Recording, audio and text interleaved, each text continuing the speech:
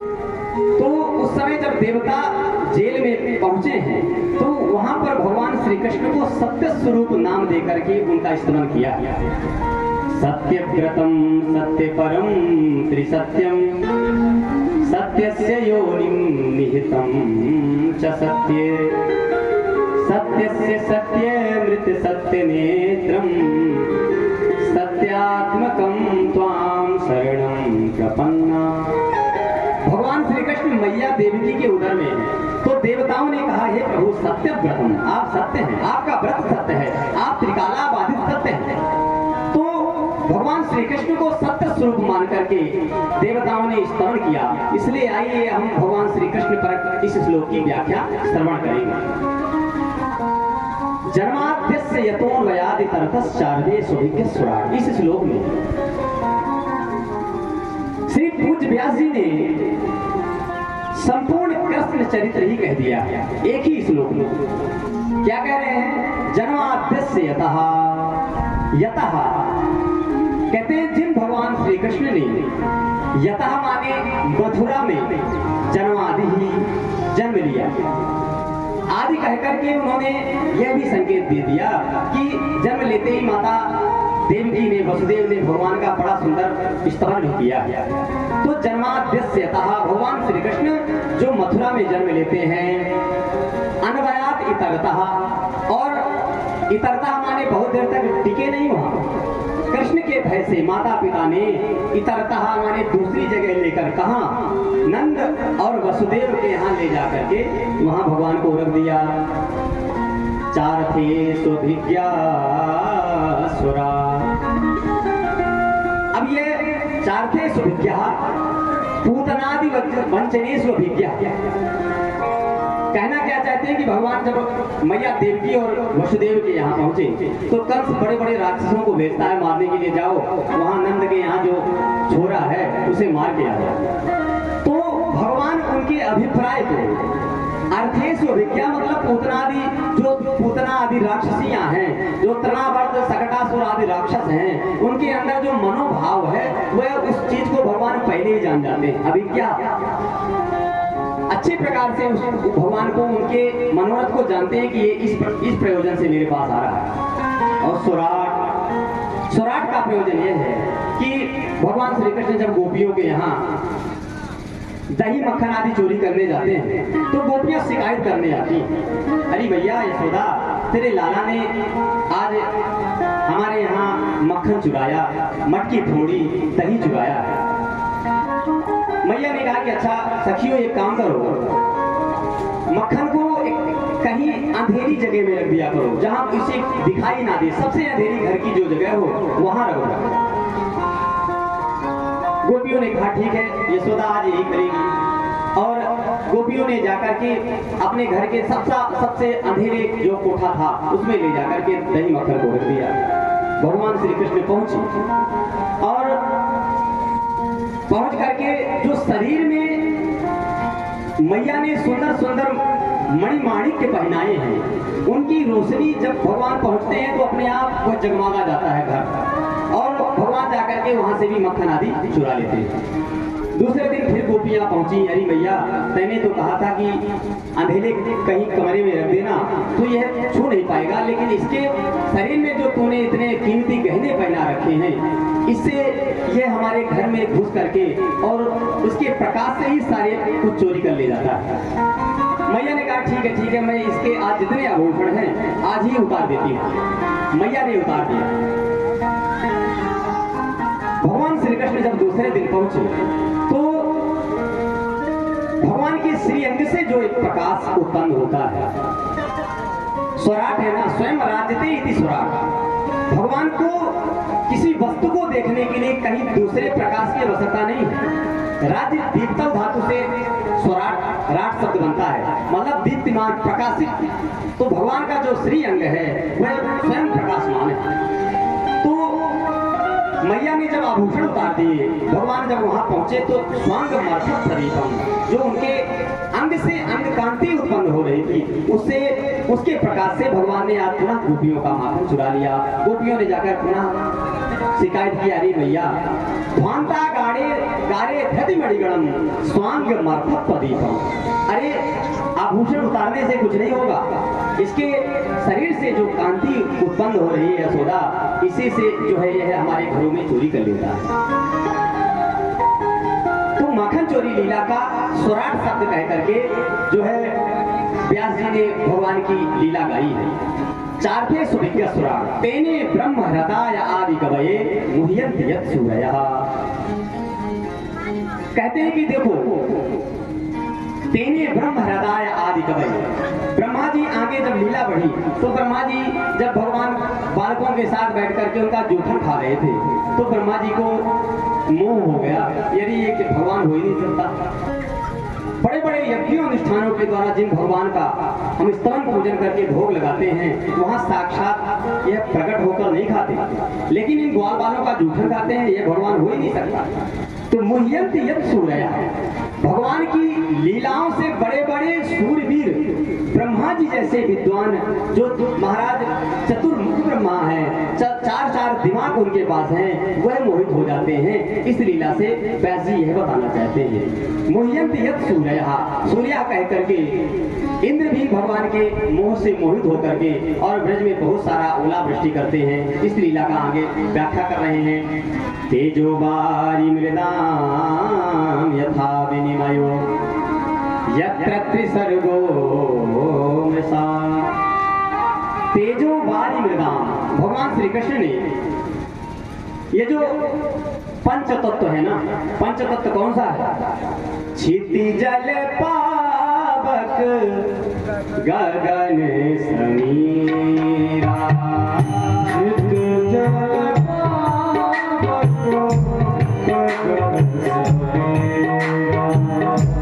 क्षिति जल पावक गगन समीरा,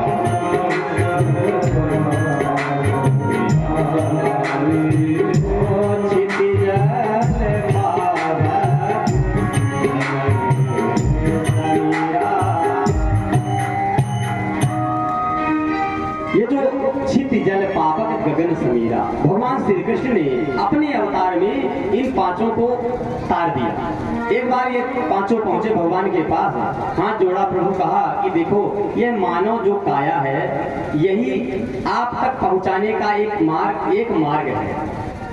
यह मनुष्य शरीर ही भगवान तक पहुंचने का एकमात्र मार्ग है। लेकिन ये किससे बना है? क्षिति जल पावक गगन समीरा, पांच तत्वों से बना है। और लेकिन अंत की पंक्ति क्या है?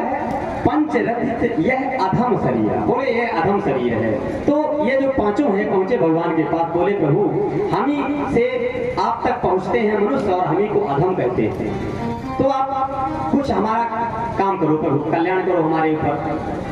तो उन्होंने कहा कि देखिए ठीक है, मैं जब कृष्ण का अवतार लूंगा उस समय सब आप लोगों को मैं तार दूंगा। तो पांचों को भगवान ने तारा है। क्षिति माने पृथ्वी को कब तारा? अपने लीला के माध्यम से। तो भगवान जब मिट्टी खा करके भगवान ने पृथ्वी को जो वेदना थी उस वेदना को समाप्त किया। क्षिति जल को कब दिया? जब को तारा, जब काली नाग महाराज यमुना में विषाक्त अपने विष से कर रखा था, उस समय जल को भगवान ने तार दिया। पावक अग्नि को अग्निपान करके भगवान ने जब ब्रजवासियों के ऊपर अग्नि लगी तो भगवान ने उस अग्नि को पान करके और अग्नि को भी तार दिया। गगन तृणावर्त को लेकर के भगवान जब ऊपर आकाश मार्ग से हुए हैं, उस समय भगवान ने आकाश को भी प्रसन्न किया। और समीर वायु को भगवान ने 2 बार तारा है, एक बार तो रास में, एक बार जन्म के समय। बहु वायु सुखस्पर्शा पुण्य गंध वहां ही। जब भगवान का जन्म हुआ, जब पहली बार वह वायु उड़ करके भगवान के श्रीअंग को स्पर्श किया और वह आनंद में विलीन हो गई। तो यत्र त्रिसर्गो मृषा, अंत में कहते हैं कि जो भगवान के 3 सर्ग हुए, 3 लीलाएं हुई। कौन कौन सी? एक ब्रजमंडल की लीला, एक द्वारिका की लीला और तीसरी हस्तिनापुर की लीला।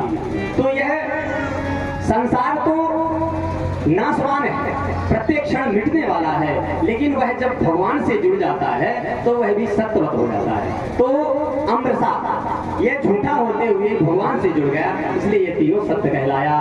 तो यत्र सर्गो मृषा धामना स्वेन सदा निरस्त कुहकम। अंत में भगवान श्री कृष्ण ने धामना स्वेन सदा, अपने प्रकाश से, अपने ज्ञान के प्रकाश से उद्धव आदि को ज्ञान दे करके सदा निरस्त कुहकम, उनके अंदर जो कुहक की माया थी उस माया को समाप्त करके सत्यम परम धीमहि अपने सत्य धाम गोलोक धाम को गमन करके प्रस्थान करते। दूसरे श्लोक में धर्म प्रोचित कैत्रबोध पर्वो निर्मत्सराणाम सताम वेद्यम वास्तव मत्र वस्तु दिवदम तावत त्रयो मूलम। दूसरे श्लोक में अनुबंध चतुष्टय बताया कि देखो यह जो श्रीमद् भागवत है, यह किन किन व्यक्तियों को सुनना चाहिए, कौन कौन इस सुनने का इसका अधिकारी है, तो और इस ग्रंथ में है क्या। तब बताते हैं कि धर्म प्रोचित कैत्रबोध पर्वो, इस श्रीमद् भागवत में निष्कपट धर्म की व्याख्या की गई है। निर्वत्सराणाम सताम, और इसके अधिकारी कौन हैं? तो बोले भाई जो निर्वत्सर है, जिनके अंदर मत्सर नहीं है। मत्सर क्या है? मत्तः अग्रे सरति मत्सरा। हमारे अंदर यह भावना होती है कि देखो देखो कल तो उसके पास कुछ नहीं था, लेकिन देखो अब धीरे धीरे तो हमसे भी आगे बढ़ गया। तो यह जो मत्सर है, मत्सर का ही कलंक करना दावा।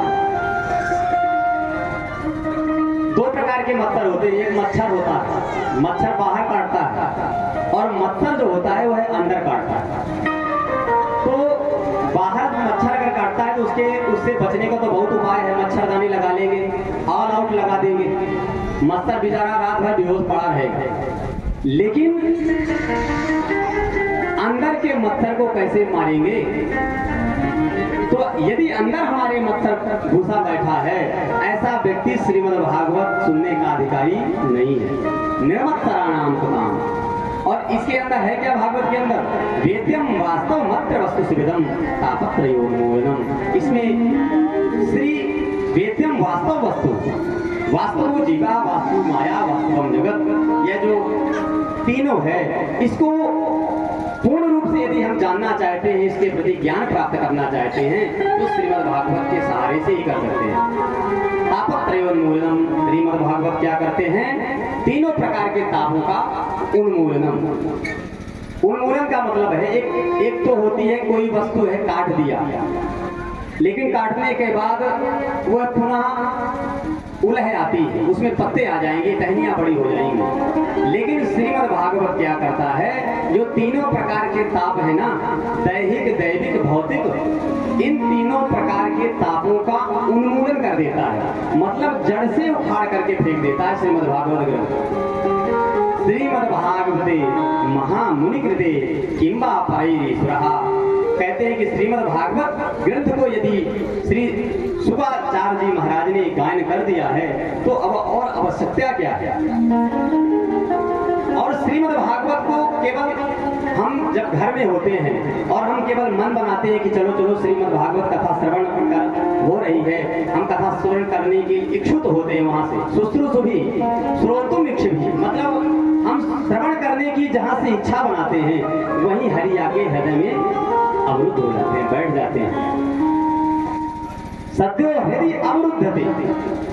एक बैठना अलग चीज है। मान लीजिए आप लोगों को कथा में बैठा दिया गया तो आप अपने से बैठ करके और जब मन हुआ तब जा सकते हैं, लेकिन बाउंड्री बना करके गेट बंद कर दिया जाए, जब तक कथा समाप्त नहीं होगी आप लोग कहीं नहीं हिलेंगे, तो ये क्या हो गए, आप लोग अवरुद्ध हो गए।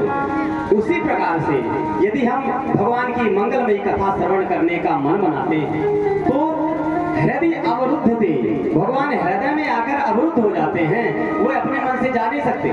जब तक हम कथा से उठ करके विषय वार्ता में लगेंगे नहीं तब तक हरि हृदय से जाएंगे नहीं। शुश्रूषुभिस्तक्षणा, मंगलमयी भगवान का इन 2 श्लोकों में स्तुति किया और तीसरे में भागवत जी की महिमा गाई है। निगम कल्प तरोर्गलितम फलम मुखादमतद्रव संयुतम पिबत भागवतम रसमालयम मुहुरहो रसिका भुवि भावुका। उन्होंने कहा कि यह जो श्रीमद् भागवत है ना, यह वेद रूपी कल्प वृक्ष का पका हुआ फल है। क्या है? वेद जो है, वेद का जो निचोड़ है, वेदों का शास्त्रों का जो निचोड़ है, जो रस है, वह श्रीमद् भागवत है। गलितम फलम, पका हुआ, सुकुम खादम तद्रव संयुतम, और इसमें श्री परमहंस चक्र चूड़ामणि व्यास नंदन श्री सुखदेव जी का मुख लग जाने से यह अमृतद्रव संयुतम हो गया है, यह अमृत के समान मीठा हो गया है। एक बात आप लोगों ने देखी होगी कि यदि किसी फल में तोते ने मुख मार दिया तो वह फल मीठा हो जाता है। या दूसरी बात यह हो सकती है कि तोता उसी में मुंह मारता है जो फल मीठा होता है। तो सुख मुखाद मृतद्रव संयुतम, श्रीमद् भागवत में सुखदेव जी महाराज का मुख लग जाने से यह अमृत के समान हो गई है, मीठी। इसलिए पिबत भागवतम रसमालयम मुहुरहो रसिका भुवि भावुका। इसलिए हे श्रोताओं, हे कथा प्रेमियों, इस रस का पान करो। तो किसी ने कहा कि महाराज आप एक तरफ बोल रहे हैं कि ये फल है और एक तरफ कह रहे हो कि आप इसका पान करो, इसको पियो, तो फल को पिया जाता है कि खाया जाता है? फल को आप, फल में तो छिलका भी होता है, गुठली भी होती है, तो इसको कैसे पिए? पिबत भागवतम रसम आलयम। तब उन्होंने कहा कि महाराज ऐसी बात नहीं है, यह रस आलयम है, इसमें छिलका गुठली कोई त्याज्य अंश जो छोड़ने वाला कोई अंश है नहीं, इसमें रसमालयम, रस से ओतप्रोत है चारों तरफ। इसलिए श्रीमद् भागवत को पीते जाओ, पीते जाओ। कब तक पिए?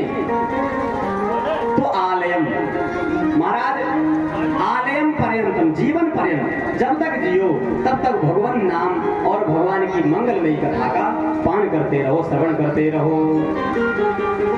मोह रहो रसिका भुवि भावुका। और 2 लोगों को इसका पात्र बताया है, कौन कौन श्रवण कर सकता है? रसिका भुवि भावुका। कहते हैं कि जो रसिक है और जो भावुक है वही कथा श्रीमद् भागवत या किसी अन्य कथा के अधिकारी है। क्योंकि यदि हम भगवान की कथा के रसिक नहीं हैं, भगवान के भाव के प्रति भावुक नहीं हैं, उनके रस माधुर्य को हम जानते नहीं हैं, तो महाराज हम कहीं ना कहीं मन में सोचते जाएं कि नहीं नहीं महाराज व्यास जी ने यहाँ पर गलत कथा कह दी है। ठीक है, तो यदि हमारे अंदर भगवान के प्रति वह भाव होगा, हम रसिक हैं, कथा के भावुक हैं, तो ज्ञानी नामा गगण्यम सकल गुण निधानम वानरा नामधीशम रघुपति प्रिय भक्तम बात जातम नमामि। इतने विशेषण है हनुमान जी के। तो एक छोटे से छोटे वक्ता की कथा हनुमान जी बैठ करके बड़े प्रेम से सुनते हैं। क्यों? भगवान श्री हनुमान जी रसिका भावुका, रसिक भी हैं कथा के और भावुक भी हैं। राम कथा के रसिक तो दो लोगों को पात्र बना करके अब आगे कहते हैं कि नैमिषे नैमिषक क्षेत्रे ऋषयः शौनकादयः सत्रम स्वर्गाय लोकाय सहस्रे सम्मातुज। कहा कि महाराज 1000 वर्षों का शौनकादि ऋषि जो अनुष्ठान कर रहे हैं, उस अनुष्ठान में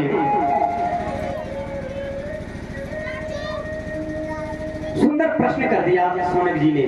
6 प्रश्न किए हैं। श्रीमद् भागवत में सर्वप्रथम 6 प्रश्न आए हैं। किम श्रेयः शास्त्र सारः कहा, स्वावतार प्रयोजन, किम कर्म केवताराश्च धर्मः कम शरणं गतः। श्रीमद् भागवत के इन्हीं 6 प्रश्नों का उत्तर सारे 18,000 श्लोकों में फिर सूत जी महाराज शौनकादि ऋषियों को सुनाएंगे। पहला प्रश्न क्या है, किम श्रेयः, जीव का कल्याण कैसे होगा। कलयुग के कलुषित प्राणी नाना प्रकार के क्लेशों से जो है दुखी हो रहे हैं, उन जीवों का कल्याण कैसे होगा, आप कृपा करके बताएं। किम श्रेयः और शास्त्र सारः का, जितने भी वेद हैं, शास्त्र हैं, उन सारे शास्त्रों पुराणों का सार क्या, क्योंकि नाना प्रकार के शास्त्रों को जब मनुष्य पढ़ता है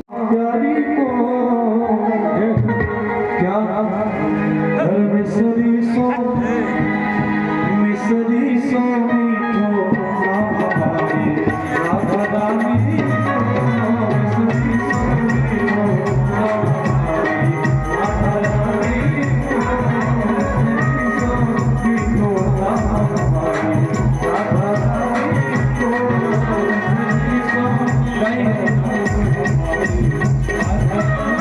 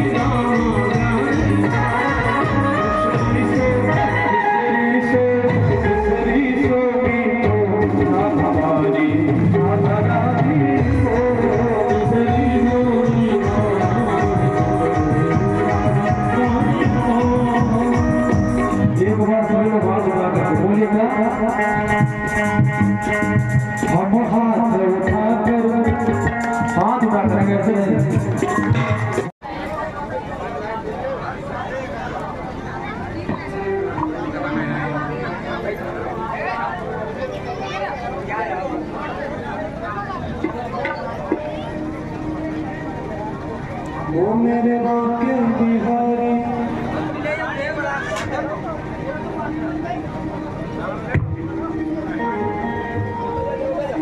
ओ मेरे बाके बिहारी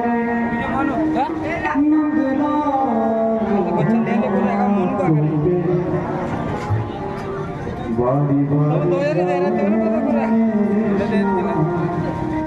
सोहना बारी बारी मेरे शाम सोहना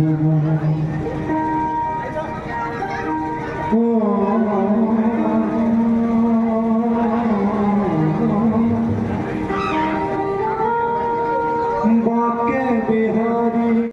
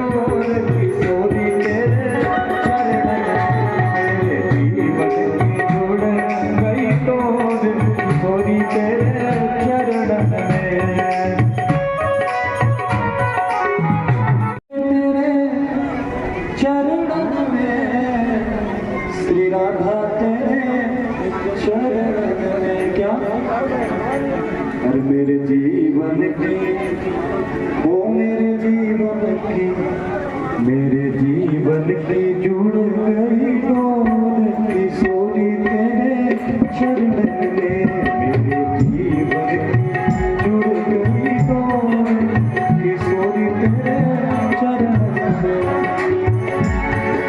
ईश्वर तेरे चरण में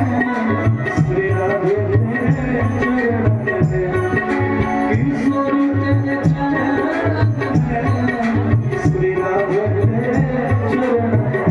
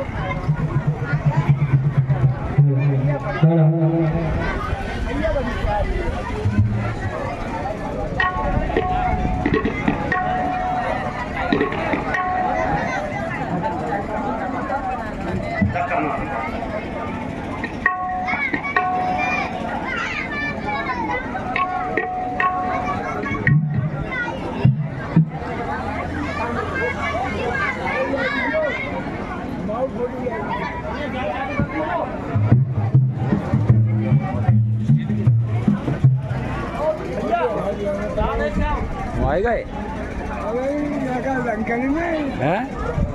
लंकन में नहीं तो आए गए बजे के मेरी साइकिल हैं? मेरी साइकिल श्री राधे